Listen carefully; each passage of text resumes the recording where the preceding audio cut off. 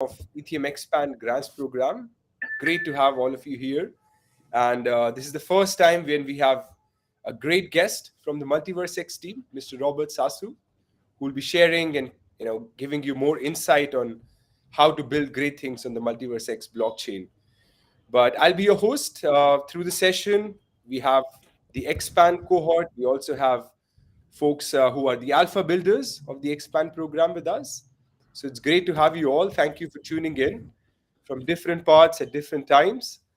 And well, the goal here is just to introduce you to the speaker who's going to take you through the whole journey of how to build great things. Take you through certain questions that might have popped up earlier or while we're streaming this. Please feel free to let us know if there's anything else that we can help you with. This is one of the first knowledge session, guys. So we have a lot more in store as things progress. But let me shed some light more on Robert, and I'll give the stage to Robert before tune in. Of course, Robert, as you guys know, is a core developer. He's been with the MultiversX team since long, and of course, we all know the skill sets that you guys have varied skill sets. So I might not be the perfect guy to expand on that. So I'll hand over the stage to you, Robert, to interact with the community and get started. Hello, everyone. I'm quite happy to be the first guest on the Itheum Expand program. I do like these kinds of initiatives, bringing all the developers together and trying to build awesome stuff. From my perspective, I see that like MultiversX is the best place to build. It's really easy. It's really innovative, and you can actually innovate a lot of things without worrying about all kinds of issues you have on other chains. um, so I think I don't have to present anything more. Let's dive into the presentation and hopefully everything will work. um, so yeah, I'm Robert. I'm a core developer. I've been since the beginnings. I actually lead a lot of technical stuff inside the team and technical specifications for a bunch of products on the MultiversX ecosystems. I tend to write a lot on Twitter, or not something on Twitter, and to add more stuff on Agora, because I think Agora is the best place to discuss about standards. So MultiversX is the place to, let's say, innovate. This is one of the slides I used from our X Day, which was awesome. And blockchain appeared 15 years ago with some promises like trustless transactions, smart contracts, tokens, financial inclusion for the billions of people, unstoppable global markets. But let's say the barriers are really big, and especially the first gen blockchain technology. And I'm not necessarily speaking about only about, let's say, the limitations in terms of scalability, because they don't scale, but also in terms of security. Uh, and I find it kind of intriguing that even after 6 years and over $1 billion lost through the approved permit increase allowance, call how would you like, scams, scam over $1 billion was already lost. I think we are almost getting to 100 million this year. And I just don't understand why people are still developing on ERC20 or all those stuff when it's full of security holes. It's hard to explain for people.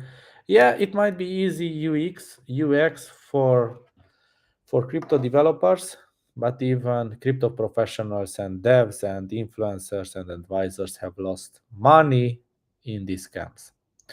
And they are not only about this, but about the reentrancy attacks or the replay attacks. Also, we have the lot of MEV, minor extraction values, and sandwich attacks. And I do think that we can build it better, and that's why we were thinking about The first problem we wanted to resolve was scaling, and after that, we went into more about tokens, about standards, about developers, about users, and actually thought that the foundational code, the protocol can do much more in order to sustain better economies, better applications, and effectively to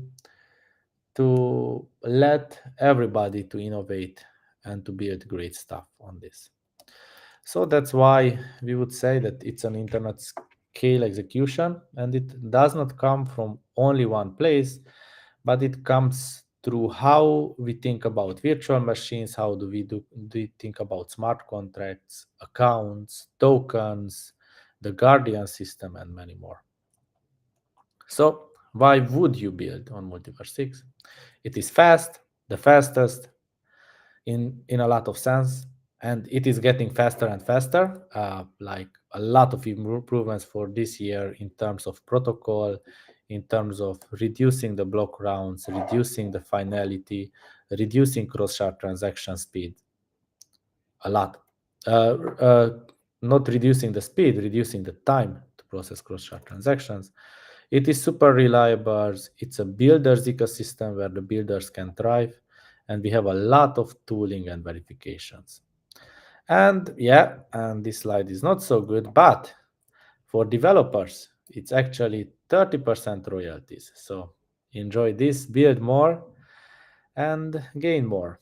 The more your DApp is used, the more you get in the rewards. All right. So we have in terms of when we think about like smart contracts, we have a complete integrated environment between a lot of processes and a lot of modules. It's not only about writing smart contracts, but it's also about testing, about generating snippets of codes, about generating configs, about being all extra composable, and about having a lot of analysis tools. Contracts also like are in terms of VM, if they are executed in a sandbox environment, they have their own execution environment interface and a lot of memory management, which is super fast. Hmm. I do not know if some of the slides are missing, but we can go it over. Um, if we want to talk about the VM, we can say that let's say it has the most opcodes available for any developer on the blockchain world. It has complex mathematical functions, big floats, big ints, elliptic curves. It has complex cryptographic functions directly as API, and it enshrines memory managed buffers, which is a great way to store all your current execution data without actually writing to the blockchain. In Ethereum, it is called transient storage, and it makes both the smart contracts to be small and to scale and to execute really really fast. Like if we look around for other wasm VM implementations, we have the smallest code and the fastest execution out of them. So like your resulting wasm code is the smallest, and the resulting execution it's like unbeatable compared to others. uh, but VM is and the VM has a lot of security features like executing it in a sandbox. In case of any error, we actually do not have to revert anything because we always write into a cache and we validate the cache, meaning that we write that the information from the cache and only the changed information from the cache to the blockchain, the actual tree, only when the transaction is completely executed and the execution is okay. So this makes nobody has to take care about revert code or stuff like that. Then we have our awesome ESDT token standard, which is built into the protocol. It doesn't have a proof mechanism. You can simply execute anything. You can manage it from your wallet. You have it in your wallet as it's supposed to be, and it gives all the rights, programmatic rights to ownership for for those tokens. And when you have it in smart contracts based, like in ERCs, you are actually keeping your money in a third party deposit box. So ownership it's pretty different. So yeah, why Rust? Rust is a super good language to build smart contracts. Right now, even Google is offering up to $1 million for different projects to migrate their code from C++ to Rust. So Rust is the new kid in the town or the new best language in town, and we see this happening. Our framework is not only Rust, it's a lot more built into that in order for the developer only to focus on the business logic side of his contract. He doesn't have to focus about anything like lifetime and complex racks. No, you don't have to care about it or macros. We care for you about it. So, and like all the tooling around it is superb, and we can generate really small codes.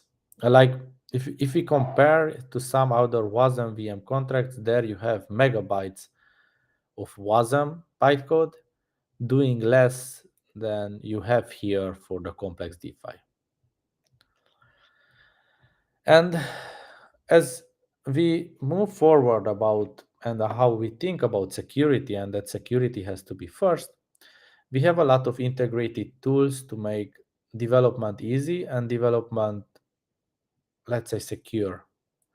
Uh, Such a tool is Foundry, created through runtime verification, by runtime verification, in which we can have verified contracts through Kane framework directly using the Foundry tool, which verifies all your hypotheses that those were implemented in the code, all the specifications, and it actually helps even us internally a lot when doing it for the DEX, especially or the NFT marketplace or for the others. And as smart contracts are the backbone of the new internet, you have to have the best tools possible and to build without actually having to worry to build safely, or to know that what you developed and what you are launching is actually bug free, and it's pretty awesome to have tools for this. So and mass adoption, or actually bringing your applications the product to the user, can only happen when you have a safe environment. I always say on Twitter that every wallet should be, or the system has to be, at least as safe as a banking account. And until so much scams are happening in EVM, they are far from having a wallet as secure as a banking account. Sorry, but that's no. And by adding these kind of safety features directly into the protocol, through the ESDTs, to the guardians, the on-chain 2FA, through minimizing MEV, and to not having, by how the VM and how the tokens are designed, by not having reentrancy attacks, saves tons of money from both the developers and both the users, and it actually prepares the network. This is how a network should look like when you want to bring mass adoption. Mass adoption means non-crypto people, so they will not follow Twitter revocal.cash or the revoke Twitter handler to know where and when they have to revoke their approvals from different tokens, so no different contracts. So that is not needed. So we have a lot to be built, and from which developers can choose some of our basic implementations and iterate on that. If we think about like where to start from front end, you have the MX SDK DApp, you can simply install it, and then you have an example through which you can attach your smart contracts, your backend service, your microservice, and to have like you have a core functional logic, a library through which you can connect to the blockchain directly from the front end pretty simply. Then as you develop the front end, if you develop it on React Native, you can simply through one line of code attach it to make it available on Xportal as well. And then on the next batch of Xportal, you are added to the Xportal set of applications where there are over 2 million people. Um, for microservice is actually staying is a part of code which is between the blockchain and the wallet, or not the wallet and the front end. And in the microservice, you can actually index a lot of data, and those data to be directly used from for the front end. Such examples are the exchange service or the NFT service. This would be, let's say, how some of the architecture looks like.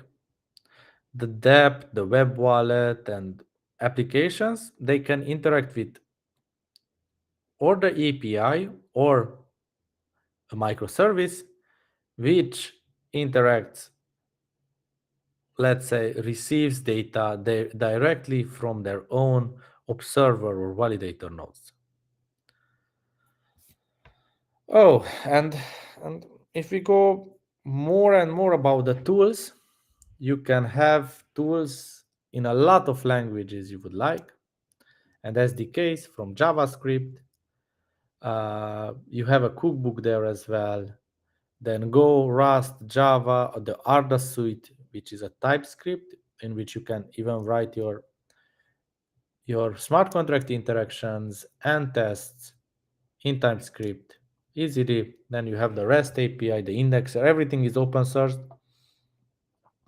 and then you could use it. And I think I made the mistakes here because Arda suite is actually X suite. But yeah, I will go over a lot of these kinds of things pretty fast and jumping a little bit from some of these things in order to share more information if possible. Then at the end we can have a more deeper question and answers about different topics. Yesterday we announced with Google Cloud that you have a one-click node deployment. And together with the big query, right now it would be pretty simple to create um, any web service for your application directly to Google Cloud if you want, without hosting your own node or without needing to set it up. When we go about like architecture, you deploy your own observer squad. The observer squad is actually validating and executing all the blocks which happen on the blockchain. Then you have a notifier service through which you filter information, and you can even add more information, and you can write it inside, let's say, RabbitMQ. And from the RabbitMQ, you have a client and you can read it towards the front end. This example, it's like blockchain is, you can imagine that it's, let's say, it's an island with, and until you have all the internal data and you are working with the internal data, you are fine.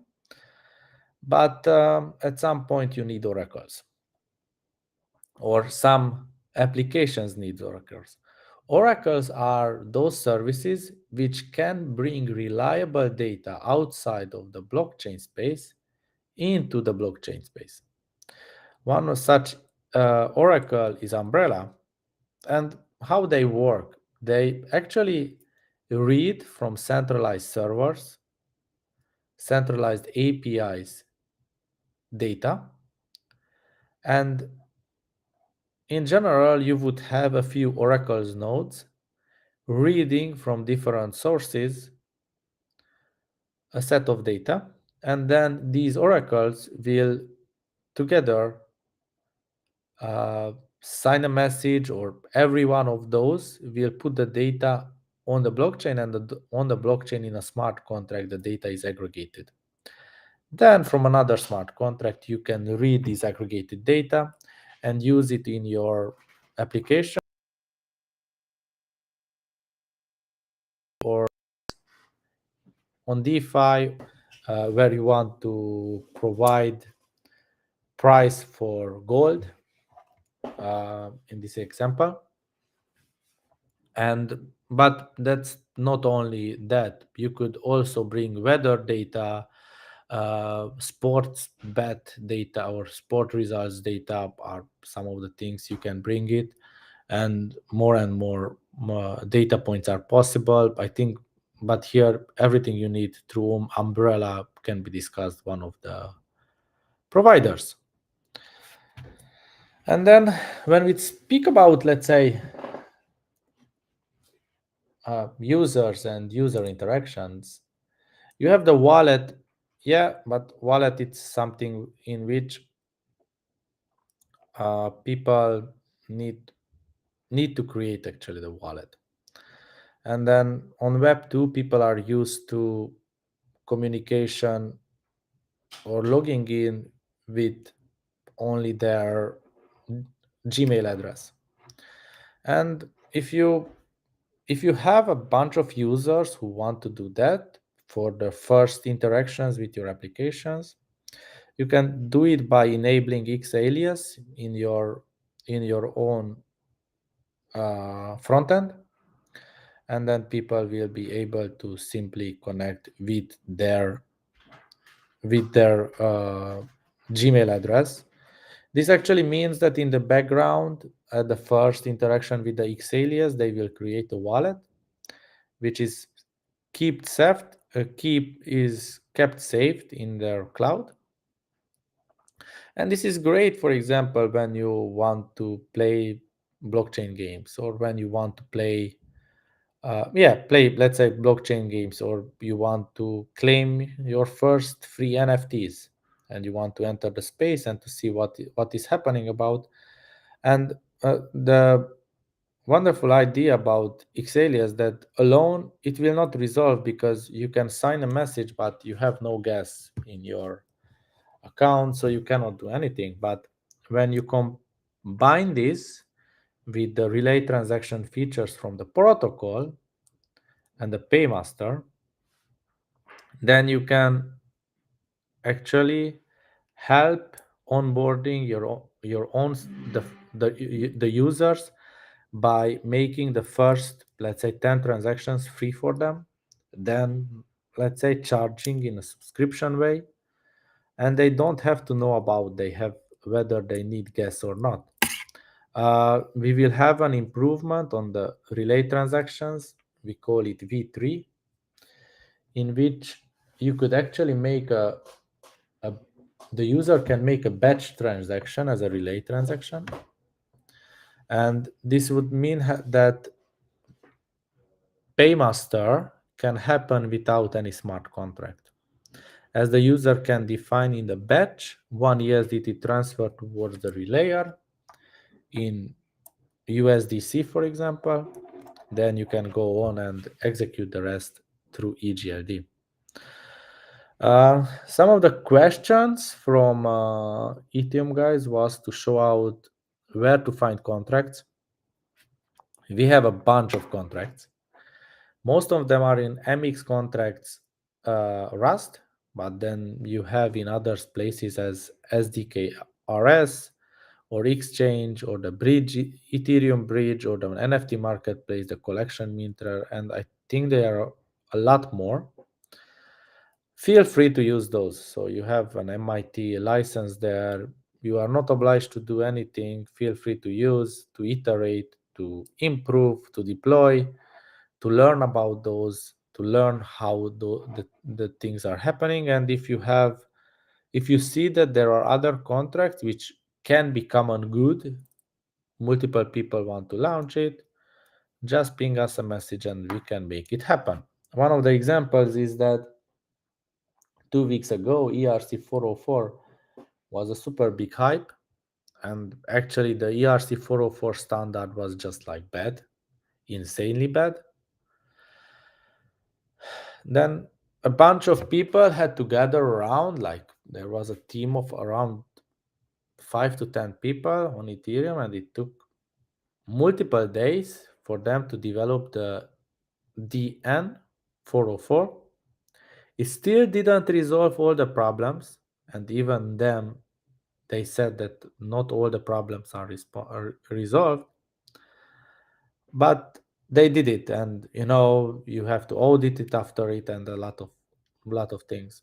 In our case, DN 404, it took less than one day, one person to do everything from conceptualizing to writing the specs, to writing docs, and writing to tests.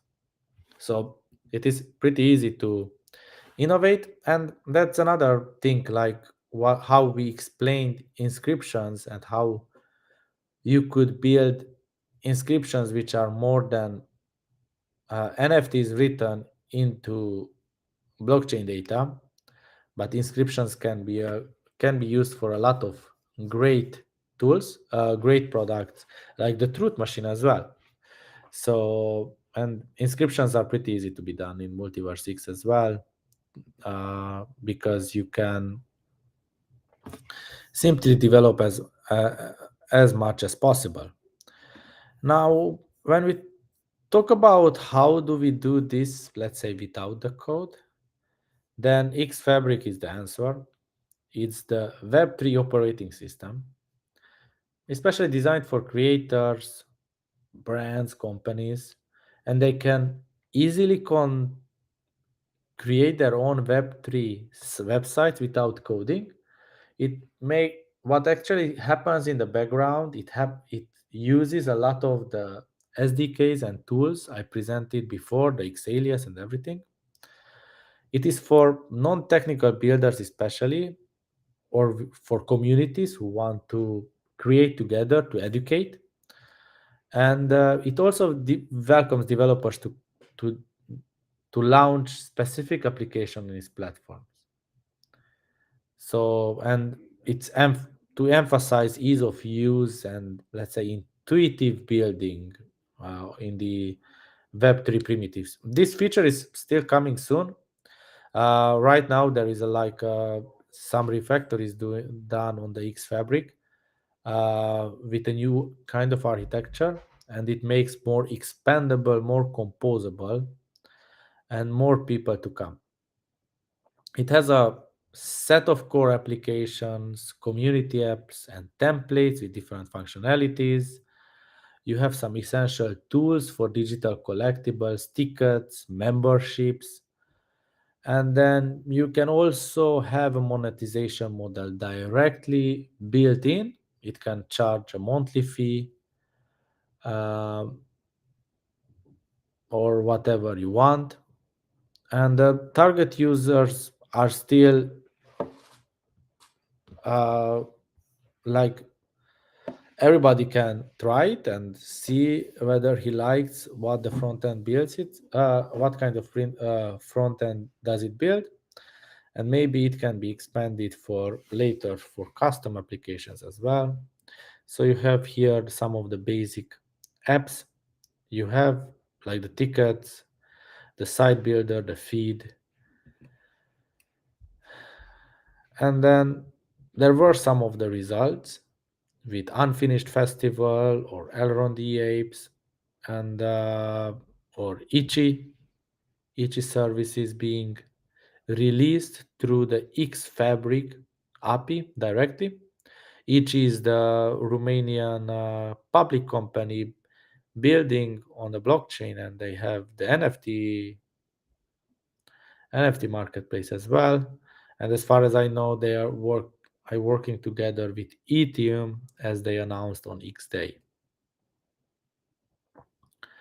And it's all fine, good, but we had to add one more thing or a few more things, and one of those were the Guardians features with the on-chain two-factor authentication.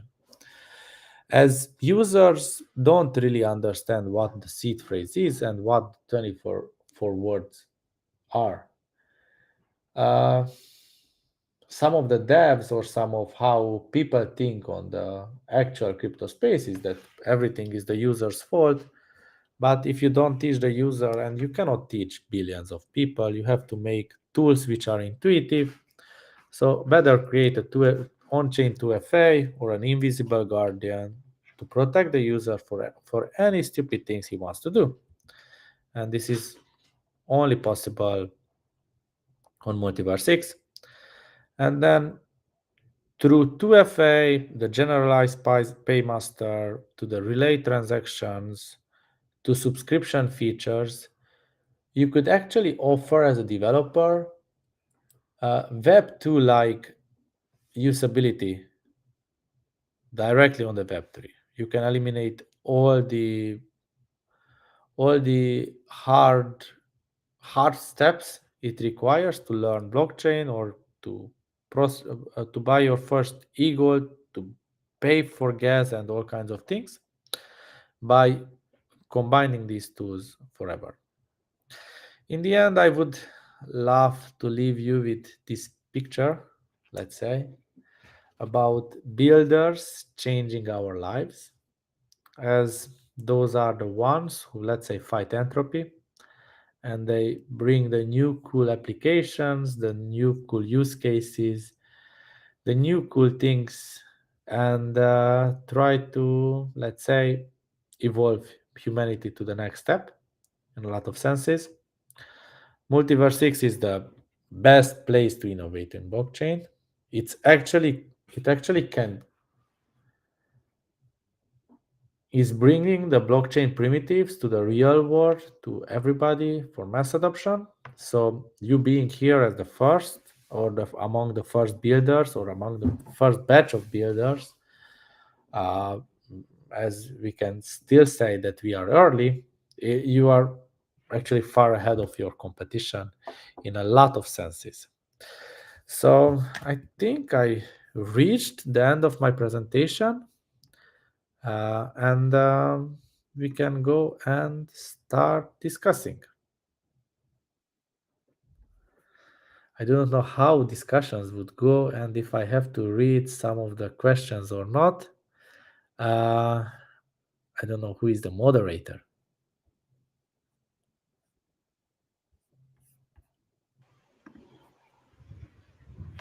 I think Sane left. But Yeah. yeah, Robert, are you ready to take a question from our side, from Pyramid side? Yeah. Feel free to ask Awesome. questions.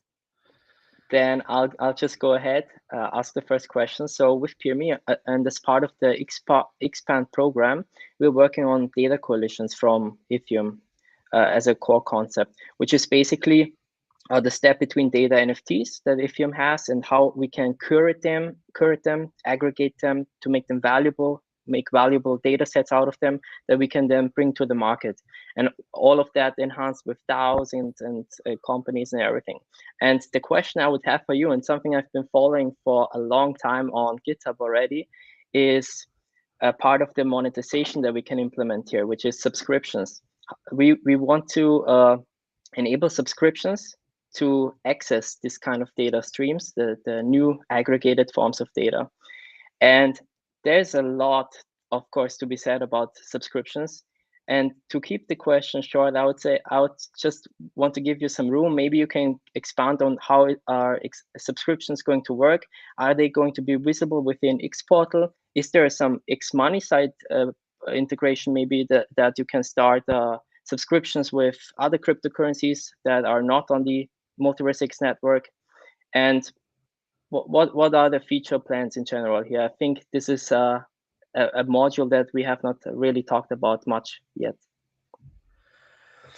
So the first idea for the subscription is especially for the X exchange, in order to make it possible to auto farm for users.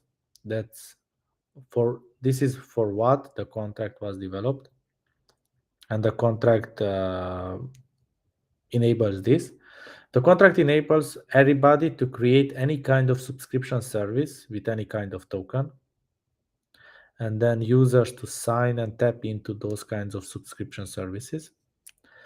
But about what you said about like having it interconnection with X portal and everything, it was not, let's say, it was not on our timeline yet.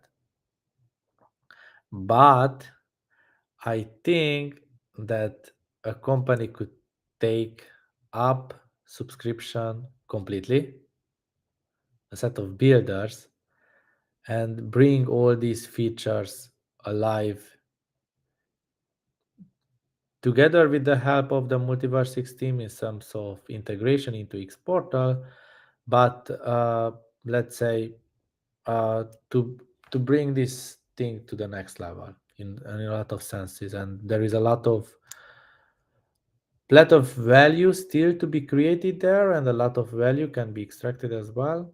So I do think that it would be an awesome next new product business side. This, and let's say internally, this is what we would like for somebody to take what we write there, and even the not only the contracts but the services, microservices as well, and to bring that to the next level in such a way that all the dApps from the ecosystem to be able to tap into this kind of unique place of subscription services.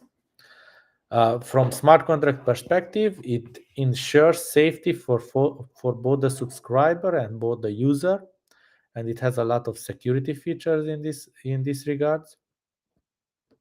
So no service can take more money from you than you want, and then they cannot take more times than you allow them to do that. And they are actually not taking money from you, but you deposit in that contract the tokens to be taken out, and this can be expanded a lot and a lot. So there is a lot of potential there.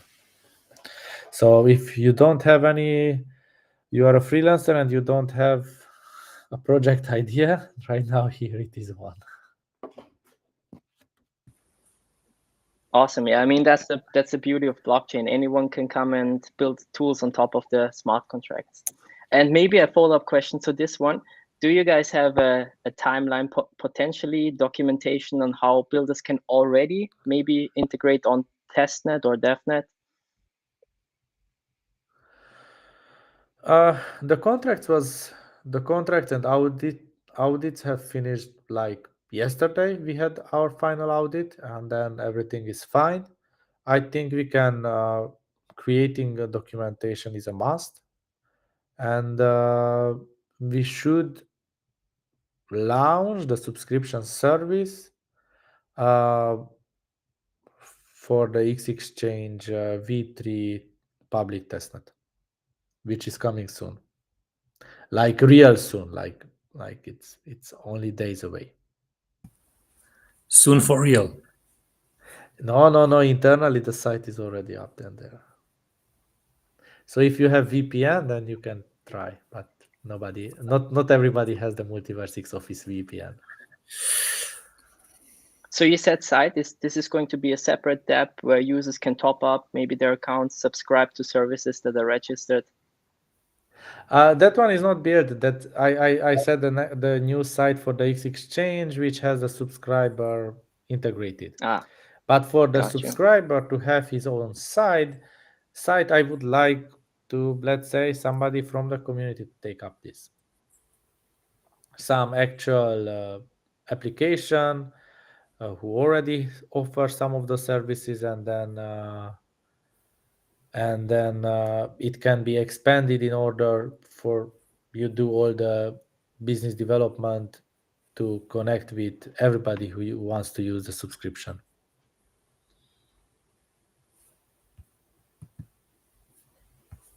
But yeah, we will build up the documentation as well to see how people can enjoy that. Perfect. Very much looking forward to that. There are a couple of questions in the chat. Maybe there's an X-Fabric question that can be a good follow-up. It's from Alexandru Ancelescu. When will xFabric be out? And also, does it have the ability to integrate your own SDK inside of it? Yes, as a developer, you can create internal tools. Then you can integrate your own SDK inside the xFabric. As for the van, please ping Stefan Sakal. Okay, another dev-related question from Johnny Christmas. Is there any Python front-end in preparation like Flask, or is it better to develop our own? I would really appreciate to have a wallet interaction to start with. For Python, we are thinking Python more about like testing as a testing SDK, and we don't think necessarily about that as a front end stuff. So not yet in this regard, and I don't see that you could have a DApp written in Python to be integrated into Xportal at this current moment. So I have a related question to this, Robert. So I am also from Johnny's team. So we have a Blender extension where we are trying to connect to the wallet, and right now it's little complicated. We are connecting from the dApp and copying the native auth token to our extension. So we thought Xalias might be an easier solution, but I think it's looking same for us. So is there any way that we can like use a username password and connect with the wallet from different third party extensions where we can't really build an app? That's a good question. I don't have any answers right now because even if you have username and password from there, I have actually to connect as a wallet. You need the 24. You need the private key in some sense, and you have to sign a message for it. That's what native authentication is. But I will. We can think about this internally in the team, and maybe we have some kind of solutions. Yep. And is like sharing the native auth token between our apps safe or secure?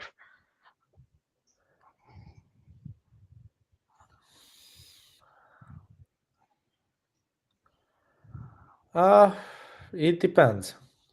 You cannot do anything harmful. You only can, let's say, if somebody has the native authentication token, what I signed, he can log into the app in my name and see what's there, but he cannot do any action there because every new action he wants to sign, he actually needs to sign a new transaction. So I don't see a problem there.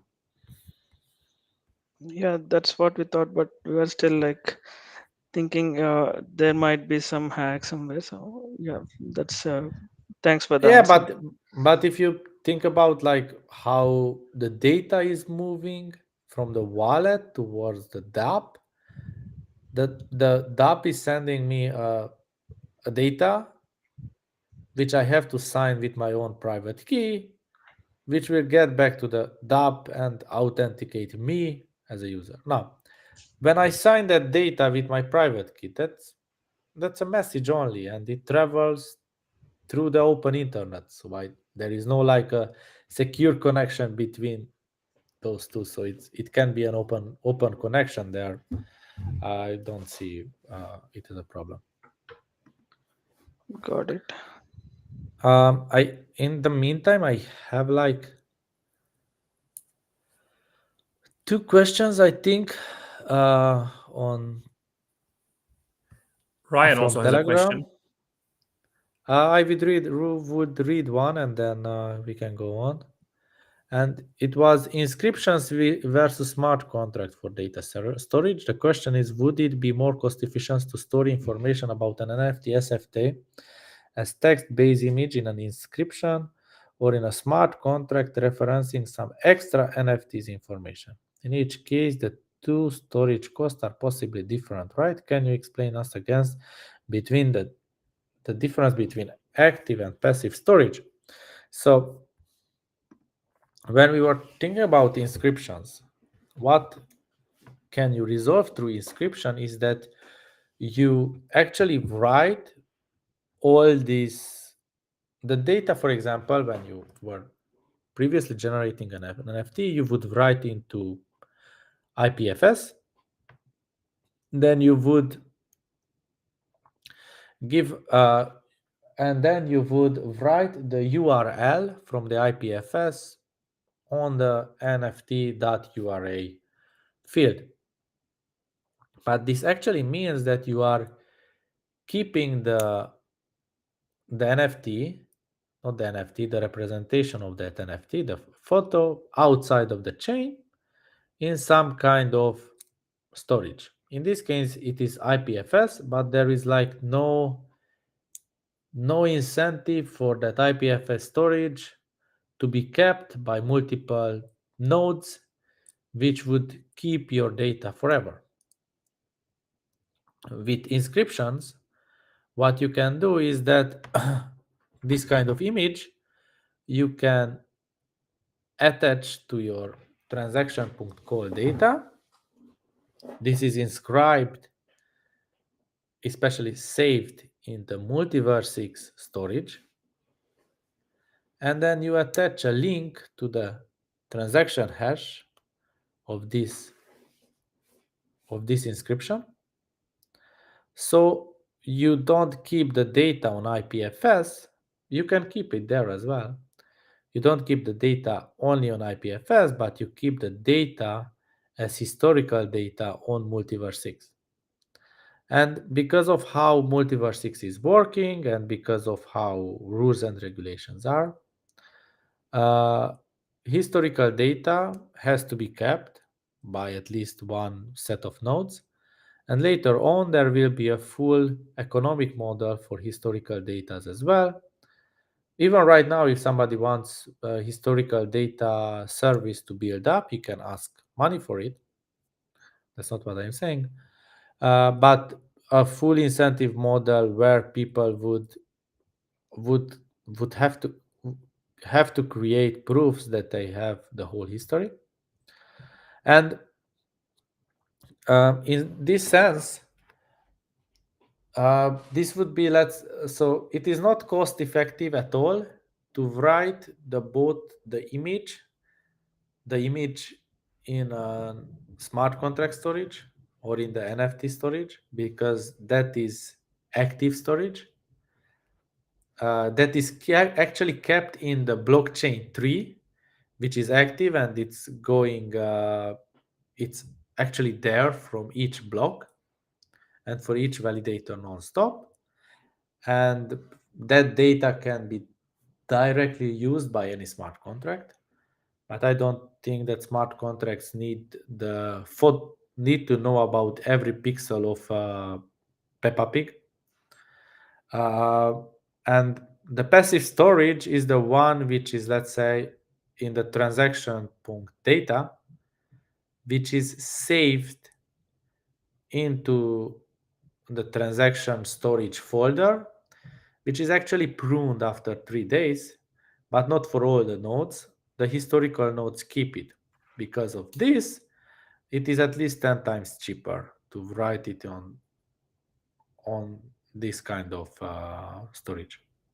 And I don't know how much of you guys have watched the Joe Rogan, Elon Musk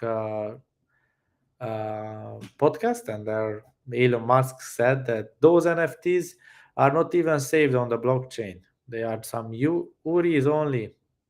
Through inscription, through the birth of inscription NFTs on MultiversX, you can actually save both the NFT and the related data on the chain. I hope I answered this question. Yeah, this was. Thanks, Robert. This was. I'm the initiator of the question, so this is why I'm bouncing on it. So I understand that IPFS storage is truly not linked to the blockchain, and we are facing the issue to store text on the blockchain. And our choice during the hackathon last year, to make put some context, we wanted to build a contract within a night in order to store text related to data NFTs on the blockchain. We didn't succeed, almost. We know what was our mistake at this moment, but in the meantime, inscription came, and the idea of inscription came, and I said, but in this case, when we mint, we can store the text into a transaction which is attached to the data NFT. And what you're saying, you replied my question. You say an inscription might be 10 times cheaper as building a smart contract to contain this text related to the data NFT. Is it right? Yeah. That's true. And this kind of price, I think, at some point, this will be even like the difference will be bigger than 10x. Wow. We'll do that. Satish, where are you? Okay. Thanks.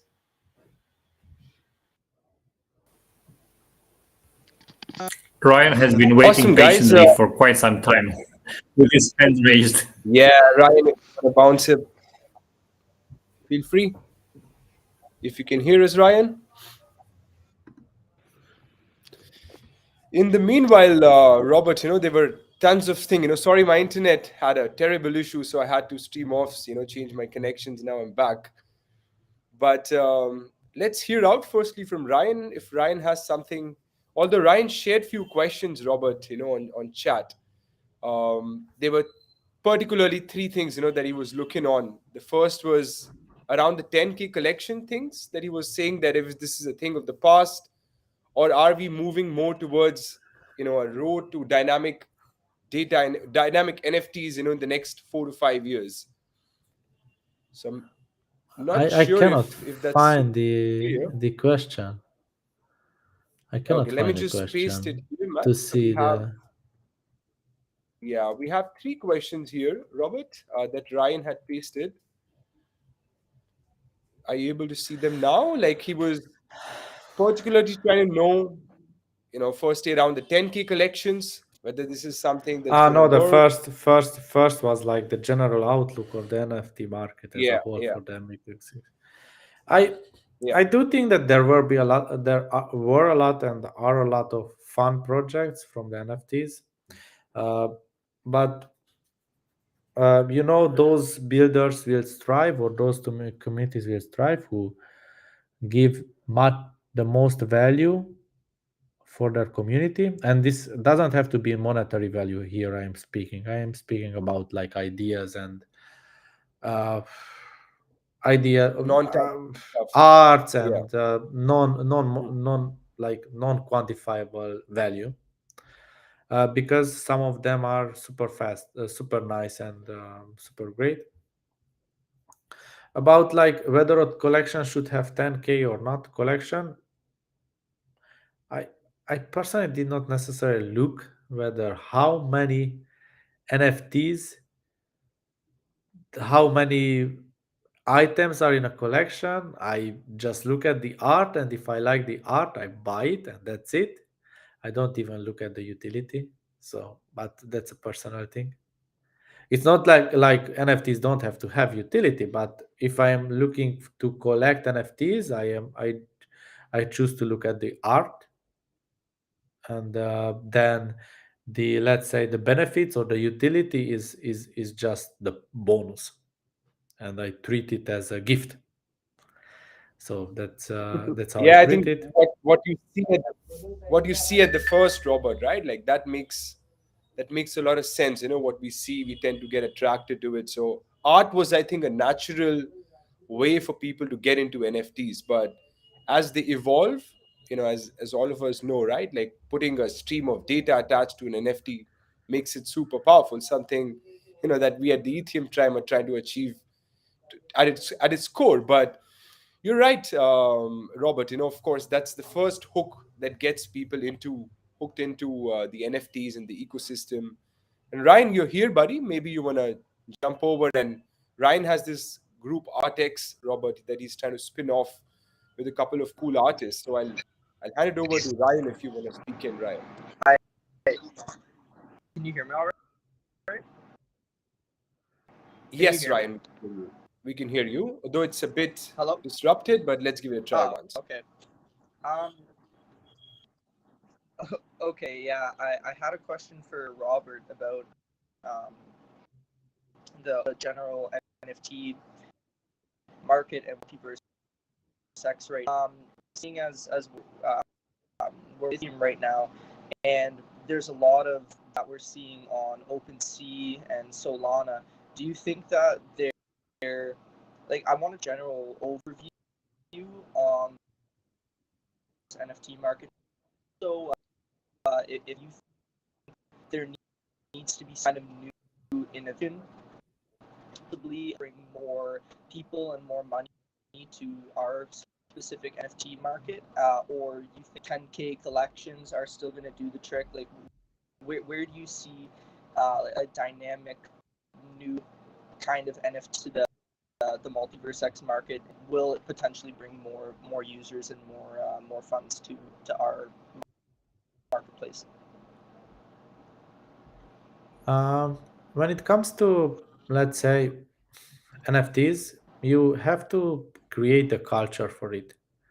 And at one point, like, let's say, at an early stage, the MultiversX community was not relatively an NFT or Web3 culture. It was not so much attached to these kinds of culture, and you have to build it up.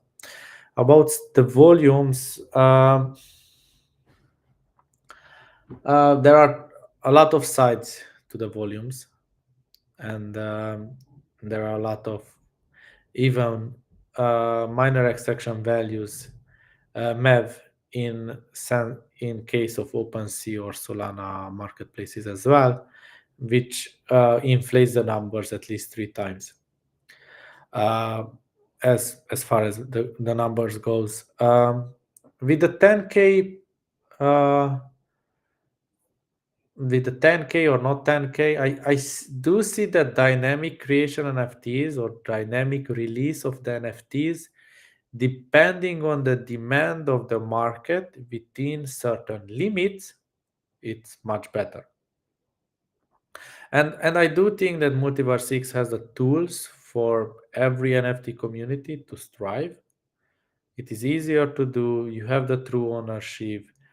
All NFTs are composable, and not only that, they are by them that they can be used directly and super easily in any DApp, any other DApp. So it's pretty easy to give utility or to lend them or borrow them or stuff like that.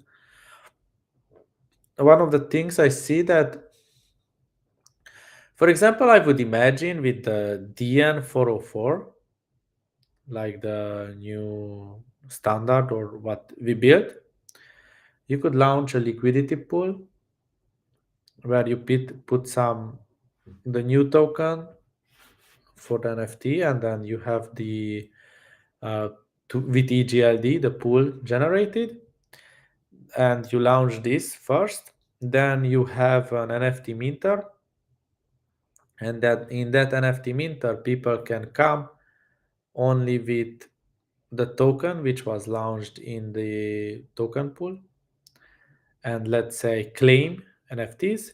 And there you could set up some kind of limits or limits for users, limits per users, and all kinds of combinations, limits for the maximum number of NFTs, and you could even put resell there if you want, or burn stuff.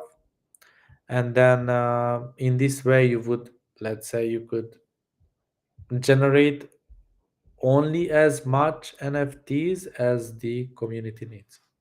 So if there is like only 500 needed, then go with 500. or 510 or stuff like that. I think that global liquidity for NFT collections with these kinds of new token mechanism might be an interesting way to see some new market dynamics.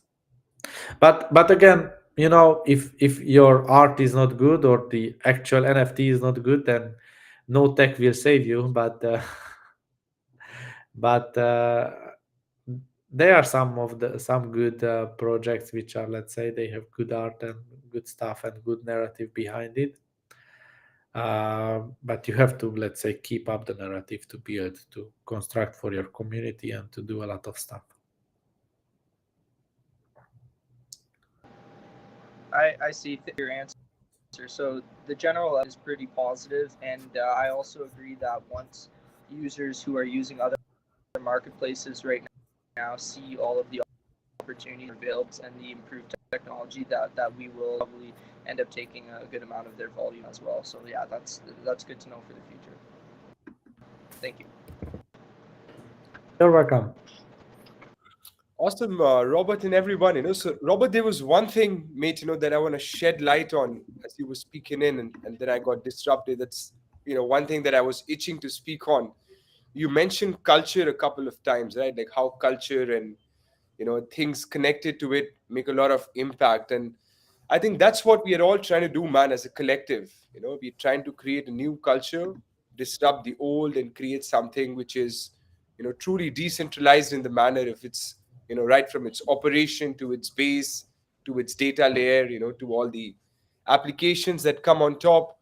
And this is a big goal. It's a collective goal that we should all collectively dream to achieve, and that's what all the xPand cohorts are also trying to do. So thank you for your time, Robert. Thank you for spending time with us, helping us and the community understand and answer great questions. And as we all know, MultiversX is a great ecosystem. The technology that you folks have created is amazing, and of course it doesn't come easy, Robert. We know that this must be super tiring, super exhausting at times, but as we know, at the end it's going to be worth it, mate. So kudos.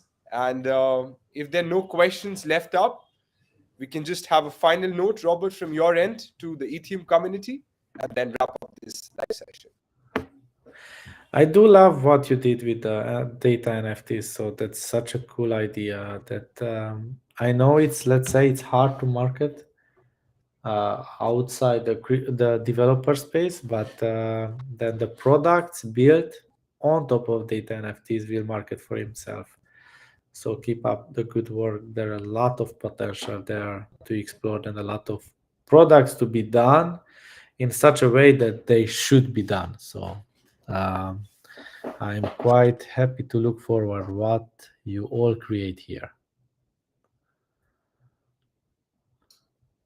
And he's out. And he's out. I think his internet is not so good. To see your answer.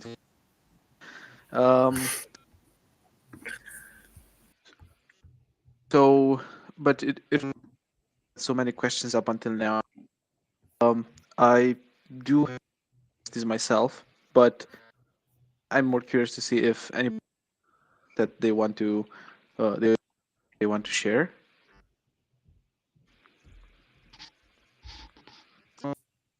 I see that not now. So one of my curiosities was whether there's many things the MVX team has on the pile, and I was curious in protocol upgrades. Which one is the one that you are the most hyped about? You think is one of the coolest to come as an upgrade to the multiverse? I don't know. There are so many things which actually every such upgrade on the protocol, it is directly enhances everything from the user experience to validator experience to developer experience. And this year it will be like there are a lot of goodies prepared for everybody. So right now it's taking phase 4 is live, and it will open the market for the validators, create what's actually the first open market on the MultiversX after a few years on the mainnet, and it will definitely bring in new players and new staking providers, which will try to offer all kinds of services to attract the eyes of the people, and that will be fine. I actually have a few of them who will try to do sort of get together between developers and in 1 week in which they will develop a killer app or stuff like that, which is like actually some of the good ideas. And I do think that others will follow that too. Then after staking phase 4, there will be smaller updates which will bring new crypto to the VM. They will bring the relayed transactions v3 and the batch transactions, and this will actually enable super great account abstraction models where you can use the keys directly from your phone. So no more create wallet, as you could use the cryptographic functions directly from Android or iPhone. So this is for account abstraction. This will look amazing for any Web2 builder. So you will be able to create an application directly, let's say for a phone on iStore, and then people will interact with the blockchain without actually knowing that they are interacting in a blockchain in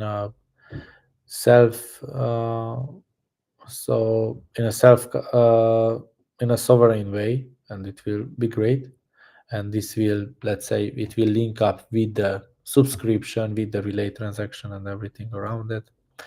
Then after that, the new update will bring the finality update, which will reduce the cross-shard block processing times. So good. My next question, I want to ask about times. What?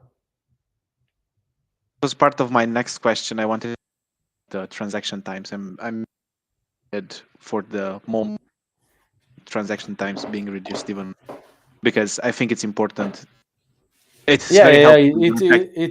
It's important to keep up with the technology and evolve with the technology and create more. So 6 seconds was wonderful when we first created, but now we can go even down. So first we eliminate the cross-shard, the confirmation blocks, so it will reduce from, in case of cross-shard transactions, from 48 seconds, which means 6 blocks, to 3 blocks only, which is like 18 seconds, which is it's a good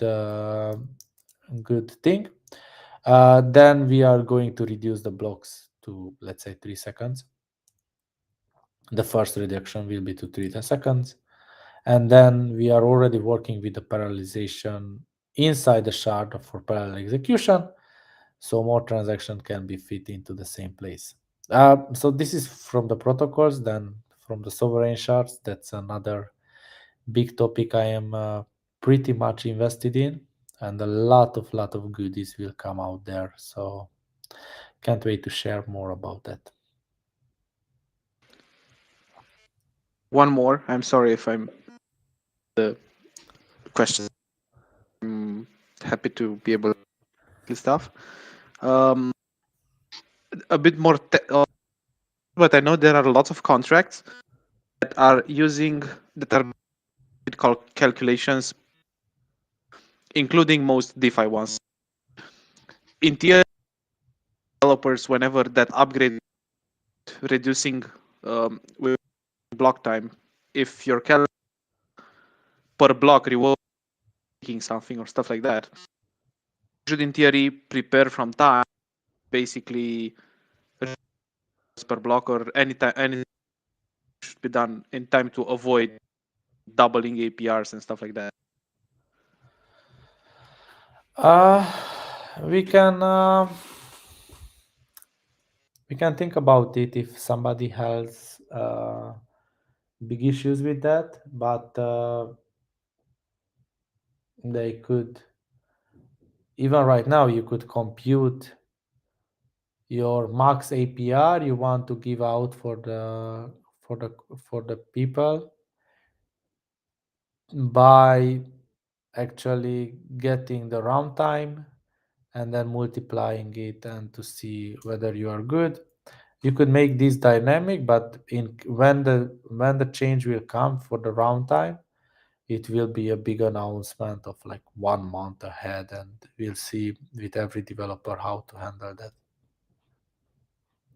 Because yes, even in X Exchange, we will be pretty much affected about this change.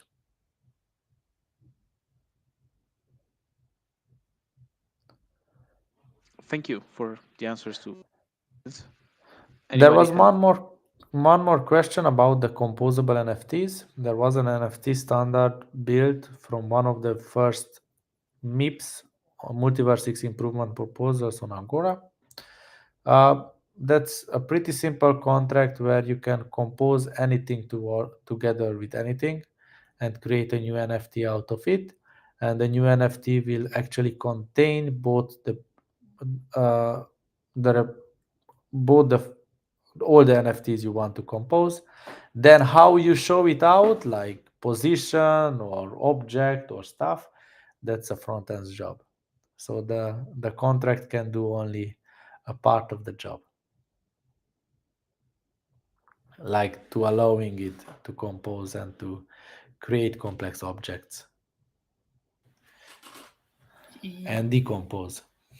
Yeah. Now, is there anything in the standardization of the attributes that could also give some information on the front end how to compose the two NFTs? Would it be kind of a standard? You were mentioning about the ERC 404 standardization happening on the Ethereum side, and that it was pretty complex to find the consensus on the standardization of any new standards on NFTs. It would be the same kind of bargain if you would agree that two JPEGs contained NFTs have some attributes related to their appearance, and then if you compose them, you know a little bit from the attributes how to compose them. This should be as a proposal have to come from those who build it. So when you start to use it and then you have an idea in your mind how you want to encode this kind of data, then propose it, and others will go after you. So or will follow you. But the pipeline of information, how can people agree on those? Should be the Agora, for example? Yeah, it should be Agora for discussions. Okay. Because Agora, it's pretty open and everybody can post and comment and everything. Good. Let's do that. Thank you, Robert. All right. Anybody has any other questions? I hope you can hear me better now. Can you? Yeah. Now it's good. Right. Perfect. All right. So, if nobody has any other questions, I will allow myself to jump in with the new one. This might be known as an answer to some people, but I think it's important to also talk about this for those that might not. Which would be the best places in which you think someone can ask for help when developing MultiversX products, and how can one get that help? So you have the Telegram, Discord, in which you can actually ask dev questions, and then there is always somebody who will answer it. If you want more about like products, you can discuss about with Sever on the office hours, and then after Sever will create or make the connection between you and those guys from where you should ask more, for example, business development or marketing or strategy or developers. And don't be afraid of asking about things or asking about, okay, I have this idea, we are 3 developers, but we have a bunch of questions. Can we make a new group for this? And then we make the new group for it, and then we discuss. It's pretty easy to do it on Discord, pretty easy to do it on Telegram, and we are quite happy to help everybody.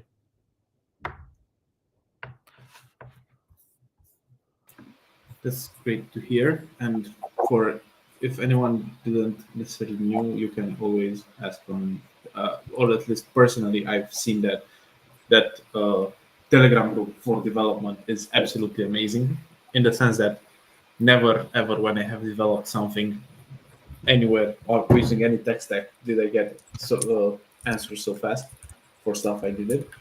And special kudos for that, especially to Martin.